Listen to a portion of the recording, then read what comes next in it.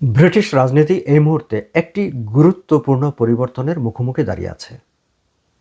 ক্ষমতাসীন labour party তাদের নতুন নেতা নির্বাচন করার প্রক্রিয়া শুরু করেছেন এবং তাদের এই যে নতুন নেতা যিনি নির্বাচিত হবেন তিনি আসলে হবেন পরবর্তী ব্রিটিশ প্রধানমন্ত্রী। বিশ্লেষকরা বলছেন সাধারণ জনগণের প্রত্যাশা নতুন প্রধানমন্ত্রী যিনি হন না কেন তিনি ব্রিটিশ রাজনীতিতে জনগণের প্রত্যাশা অনুসারে নতুন কিছু নিয়ে আসবেন, নতুন কিছু নীতিমালার আবির্ভাব প্রবর্তন ঘটবে এবং মানুষ নতুন কিছু দেখতে পাবে। দর্শক, এই প্রত্যাশাগুলো কতটা পূরণ হবে কতটা পূরণ হবে না সেগুলো আলোচনা সাপেক্ষ, কিন্তু ব্রিটিশ রাজনীতির এই গুরুত্বপূর্ণ বাক পরিবর্তনের মুহূর্তে আরও একটি নাম আলোচনায় এসেছে। সেটি হচ্ছে বাংলাদেশি বংশোদ্ভূত ব্রিটিশ লেবার এমপি টিউলিপ সিদ্দিকের নাম। অনেকেই আলোচনা করছেন যে টিউলিপ সিদ্দিকি, অনেকে প্রশ্ন করছেন, জানতে চাচ্ছেন টিউলিপ সিদ্দিকি প্রধানমন্ত্রী রেসে আছেন কিনা, তিনি ব্রিটিশ প্রধানমন্ত্রী হচ্ছেন কিনা। দর্শক, আজকের আলোচনায় এই বিষয়গুলো নিয়ে কিঞ্চিত আলোকপাত করব। মূল আলোচনা যাবার আগে আমরা যদি একটু তাকাই যে হঠাৎ করে ব্রিটিশ, মানে এটি আসলে সেখানকার নির্বাচনের নির্ধারিত সময় নয়, তাহলে হঠাৎ করে নির্বাচনের প্রশ্নটি সামনে আসলো কেন? নির্বাচনের প্রশ্নটি সামনে আসলো কারণ তুমুল জনপ্রিয়তা নিয়ে নির্বাচিত হওয়া প্রধানমন্ত্রী কিয়ার স্টারমার তিনি পদত্যাগ করেছেন। তাকে আসলে পদত্যাগ করতে হয়েছে দলের অভ্যন্তরীণ অসন্তোষ, এবং সেই অসন্তোষটি তৈরি হয়েছে তার নীতিমালা, কর ব্যবস্থাপনা, অর্থনীতি এবং সামাজিক নানা বিষয় নিয়ে জনগণের মধ্যে যে অসন্তোষ তৈরি হয়েছে, সেই অসন্তোষের কারণে দল মনে করেছে যে তার আর ক্ষমতায় থাকা উচিত না।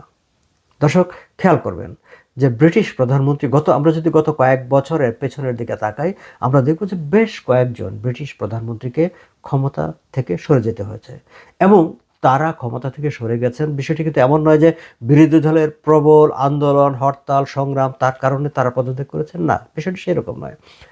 তাদের জনপ্রিয়তা কমে যাওয়ায়, জনগণের মধ্যে অসন্তোষ তৈরি হওয়ায় দল সিদ্ধান্ত নিয়েছে যে না, তার আর প্রধানমন্ত্রীর চেয়ারে বসা উচিত না।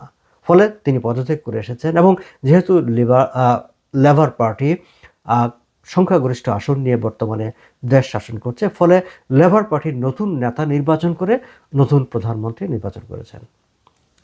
কিয়ার স্টারমারের বিদায়ের পর এখন আবার ঠিক সেই প্রক্রিয়ায় শুরু হয়েছে। দলটি নতুন নেতা নির্বাচন করতে যাচ্ছেন।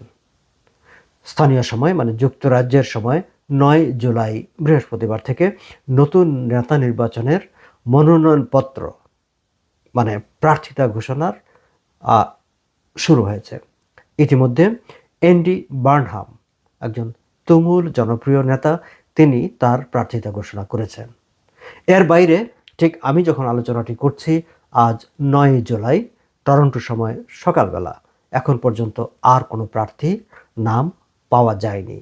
আরও একজন যিনি প্রার্থী হবেন বলে আলোচনা ছিল, তিনি ঘোষণা দিয়েছেন যে তিনি আসলে প্রার্থী হচ্ছেন না।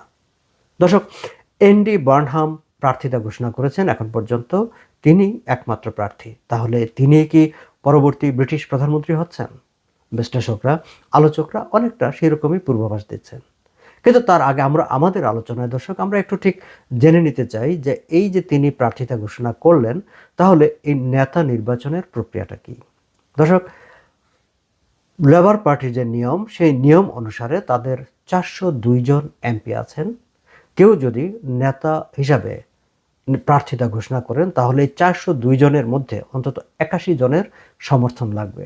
81 জন এমপি যদি তাকে সমর্থন করে, তাহলে তিনি লিডারশিপ রেসে একজন প্রার্থী হিসেবে নিজেকে ঘোষণা করতে পারেন। পত্রপত্রিকার খবর, অ্যান্ডি বার্নহাম এখন পর্যন্ত তার চেয়েও অনেক বেশি সমর্থন নিয়ে প্রার্থিতা ঘোষণা করেছেন। এখন আর যদি কোনো প্রার্থী না আসে, নতুন কোনো প্রার্থী যদি কেউ নিজেকে প্রার্থী হিসেবে ঘোষণা না করেন, তাহলে আগামী 17 জুলাই বিশেষ কনফারেন্সের মাধ্যমে তাকে দলের নেতা হিসেবে ঘোষণা করা হবে এবং সেদিন থেকে তিনি হবেন প্রাইম মিনিস্টার ইন ওয়েটিং। তার 3 দিন পর আনুষ্ঠানিকভাবে তিনি প্রধানমন্ত্রী হিসাবে অভিষিক্ত হবেন।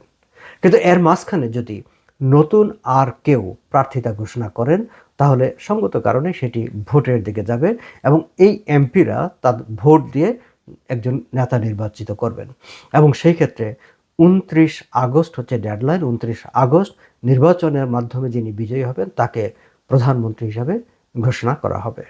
কিন্তু এখন পর্যন্ত যেই আলোচনা বা যেই তথ্য উপাত্ত তাতে অ্যান্ডি বার্নহামই একমাত্র প্রার্থী এবং ধারণা করা হচ্ছে যে তিনিই হচ্ছেন পরবর্তী প্রধানমন্ত্রী। এবং অ্যান্ডি বার্নহামকে নিয়ে যে আলোচনা ব্রিটিশ মিডিয়াতে আছে তাকে দেখা হচ্ছে ব্রিটিশ রাজনীতিতে একটি বিকল্প রাজনীতির ধারা তিনি তৈরি করেছেন। সেগুলো নিয়ে হয়তো আমরা সামনে আবার আলোচনা করব, বাট তার বাইরে এখন পর্যন্ত কোনো প্রার্থী আর দেখা যাচ্ছে না। দর্শক, এখন প্রশ্ন আসছে, তাহলে টিউলিপ সিদ্দিকীর নাম আলোচনায় কিভাবে এলো?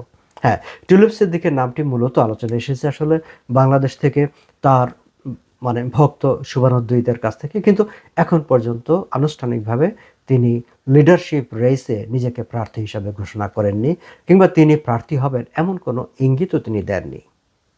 ফলে ব্রিটিশ প্রধানমন্ত্রী হবার তালিকায় কিংবা আলোচনায় টিউলিপ সিদ্দিকীকে নিয়ে আমরা আলোচনা করলেও কিন্তু ব্রিটিশ রাজনীতিতে তার নামটি আসলে অনুচ্চারিত। তিনি কোনোভাবেই ব্রিটিশ প্রধানমন্ত্রী হওয়ার রেসে কিংবা ক্ষমতাসীন লেবার পার্টির নেতা হওয়ার যেই প্রক্রিয়াটি শুরু হয়েছে সেই আলোচনায় তিনি নেই। দর্শক, আমরা ব্রিটিশ রাজনীতির দিকেও খেয়াল রাখবো এবং সামনের দিনগুলোতে নিশ্চয়ই এই বিষয়গুলো নিয়ে কথা বলবো। ভালো থাকবেন আপনারা।